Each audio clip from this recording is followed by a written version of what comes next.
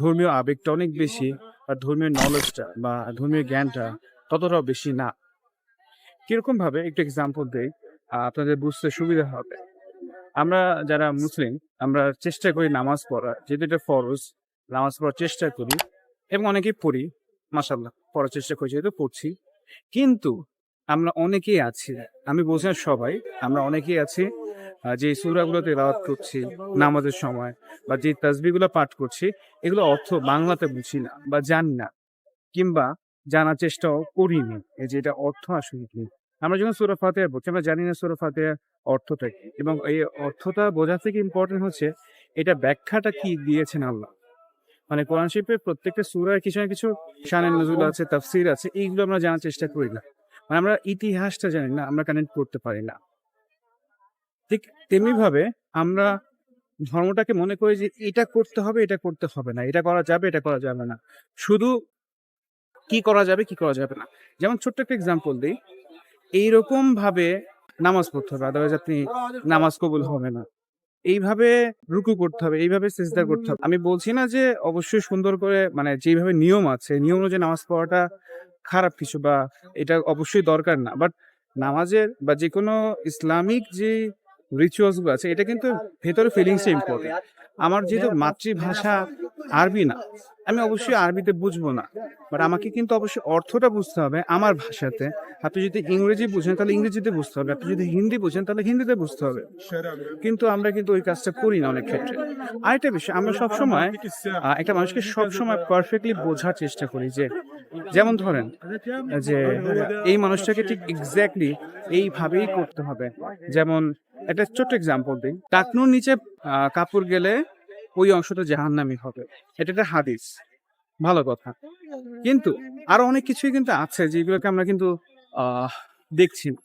আরো অনেকভাবে কিন্তু জান্নাত জাহান্নাম ডিফাইন করা হয়। এবং আমি যদি ভুল না করি, একটা মানুষ বা আল্লাহর বান্দা জান্নাতে যাবে কিংবা জাহান্নামে যাবে জাস্ট বিকজ অফ আল্লাহর ইচ্ছা। আপনি অনেক আমল করেছেন, তারপর আপনি জান্নাতে যেতে পারবেন না। আপনি অনেক খারাপ কাজ করেছেন, কিন্তু কিছু ভালো কাজও করেছেন। একটা মানুষ শুধুমাত্র টাকনুর নিচে জামা পরেছে দেখে তার সব কিছু জাহান্নামে চলে যাবে, আমি বলছি না যে হাদিসটা মিথ্যা বা জাল হাদিস, বাট আমি এটাও বলছি আপনার জান্নাতে যাওয়া ডিপেন্ড করছে আল্লাহর ইচ্ছার উপরে।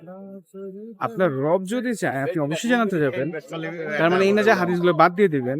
বাট একটা মানুষ যখন কোনো কিছু চর্চা করছে, একটা মানুষ যখন চেষ্টা করছে ধর্মীয় রিচুয়ালস মেনটেন করা, তাকে আমরা সাপোর্ট দিতে পারি না। আমাদের আবেগটা আসলে ওই জায়গাটা কাজ করে যে 100% হতে হবে, ওয়ারেজ আমরা কেউ 100% কখনোই করতে পারবো না, সম্ভব না। We try to be perfect. ধর্ম নিয়ে আমাদের আরেকটা আবেগের জায়গা হলো যে অধিকাংশ ক্ষেত্রে যারা হজ করতে আসেন বা উমরা হজ করতে আসেন, আমি বলছি আমার এক্সপিরিয়েন্স, আমি বিগত 2-1 বছরে যেটা আসলে এক্সপিরিয়েন্স করেছি, একটু মধ্যবিত্ত শ্রেণী, সাধারণভাবে বলছি, আমি বলছি না যে উচ্চবিত্ত শ্রেণী কেউ আসেন না। সাধারণত যারা একটু গ্রামে থাকেন, মুআল্লিম তাদেরকে কিন্তু টার্গেট হয়। এরাই হচ্ছে আমাদের দেশে মুআল্লিমের টার্গেট হাজি বা অডিয়েন্স। কি কারণে? তাদেরকে আপনি সহজে কিন্তু ম্যানিপুলেট করতে পারেন, বিকজ তারা কিন্তু জানেন না এই হুকুম আহকাম গুলো কি কারণে করা হচ্ছে। তাদেরকে যা শেখানো হচ্ছে এক্স্যাক্টলি তারা তাই করার চেষ্টা করছেন, কোনো রকমের প্রশ্ন করছেন না যে এটা আসলে কি কারণে করা হচ্ছে বা এটার পেছনে হিস্ট্রিটা কি। একটা ছোট এক্সাম্পল দিই, আমার সাথে মদিনাতে একটা ঘটনা ঘটেছিল, ছোট্ট করে বলি। আমাকে একজন দালাল চক্রের দালাল বলছিলেন যে ভাই আপনি তো মদিনায় আসছেন ইবাদত করতে, আপনি নামাজ পড়েন, হোটেলের মান নিয়ে কেন ভাবছেন? তো আমি তাকে প্রশ্ন করলাম যে ভাইয়া আমি তো আপনাকে 300 থেকে 350 রিয়াল একটা রুমের জন্য ভাড়া দিচ্ছি, তাহলে আমার রুমের কোয়ালিটি আমি কেন প্রশ্ন করব না? আমি তো ফ্রিতে থাকছি না, বা আমি তো 100 রিয়াল দিচ্ছি না, আমি তো ভালো একটা রিয়াল খরচ করছি। আমি হোটেলে থাকি কিংবা নামাজ পড়ি, এটা আমার ব্যক্তিগত বিষয়, যেটা নিয়ে আসলে আপনার মাথা ঘামানোর দরকার নেই। আপনি যদি আপনার সার্ভিসটা দিতেন তাহলে আপনি আপনার ব্যবসায় হালাল ব্যবসা করতেন, হালাল রিজিকের ব্যবসা করতেন, কিন্তু আপনি সেটা করছেন না। আমি তখন তাকে যখন বললাম যে আমাদের রাসূলও কিন্তু ব্যবসা করতেন, এবং তিনি যখন ব্যবসা করতেন যদি তার পণ্যে কোনো সমস্যা থাকতো তিনি বলে দিতেন যে এই পণ্যতে এই সমস্যাটা আছে নেওয়ার আগে। তাহলে আপনি যখন এই রুমটা ভাড়া দিচ্ছেন, এই রুমের কোয়ালিটি নিয়ে আমাকে কিন্তু বলছেন না যে রুমের কোয়ালিটিটা এমন হবে বা তেমন হবে। তখন কিন্তু সে আসলে একটু রেগে গেল। আচ্ছা, ওই জায়গাটা একটু ভিড় ছিল দেখে আমি পজ দিয়ে নিলাম। তো ওই দালাল আমাকে বললেন যে তিনি আসলে আমার মতো কোনো কাস্টমার বা হাজি দেখেননি যে হোটেলে মান নিয়ে এত প্রশ্ন করেন। তার কথা হচ্ছে যে ভাই আপনি হোটেলে উঠছেন, যেমন হোক তেমন হোক আপনি থাকেন, আপনি ধর্মীয় আবেগ। এবং সত্যি কথা বলতে এটাই কিন্তু হয় যখন কোনো মানে উমরাকারী বা হাজিকে যে কোনো রুমে রাখা হয়, বলা হয় যে মুয়াল্লিমদের খুব কমন একটা মানে ওয়াজ আমি বাসে প্রায় সময় শুনি যে আল্লাহ রসুল অনেক কষ্ট করেছেন, আমরা কেন এত আরামে থাকবো, আমরাও কষ্ট করব। আমি অবশ্যই, এবং আমি দেখি যে অনেকে চোখে পানি আসে এবং এই আবেগগুলো থেকে আসে যে রাসূল অনেক কষ্ট করেছেন, রাসূল সাল্লাল্লাহু আলাইহি ওয়াসাল্লাম অনেক কষ্ট করেছেন, আমরা তার উম্মত হয়ে কেন এক কষ্ট করবো না। আমি তখন মুআল্লিমকে একটা ছোট্ট প্রশ্ন করলাম যে আঙ্কেল, আমরা তো প্লেনে করে আসছি কিন্তু রাসূল তো উঠে পিঠে চলে আসতেন। আমরা তো এই যে ক্যামেরা ভিডিও করছি বা মোবাইলে কথা বলছি, রাসূল তো এইরকম করতেন না, তিনি দুধ পাঠাতেন। তাহলে এগুলো কি করা যাবে না? আর সাথে সাথে ওয়াজটা কিন্তু চেঞ্জ হয়ে গেল। তো মূল কথা হলো আমাদের মুসলিম হিসেবে উচিত আরো বেশি বই পড়া। প্রথম যে সূরা নাজিল হয়েছিল রাসূল সাল্লাল্লাহু আলাইহি ওয়াসাল্লামের উপরে, সেটা ছিল ইকরা, পড়তে বলা হয়েছে। আমরা পড়ি না। আমরা শুধু শর্টকাট খুঁজি। লাইফে যেরকম সাকসেসফুল হতে চাই, তেমনি আমাদের একটা মাইন্ডসেট থাকে আমাকে আসলে শর্টকাটে আমল বাড়াতে হবে।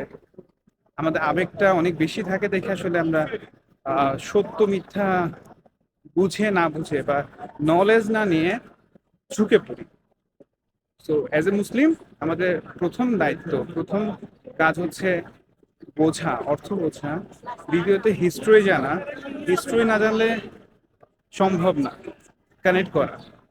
অ্যান্ড তারপর অবশ্যই আমাদের নামাজ, রোজা, হজ, যাকাত যা যা আছে সবগুলো করতে পারা।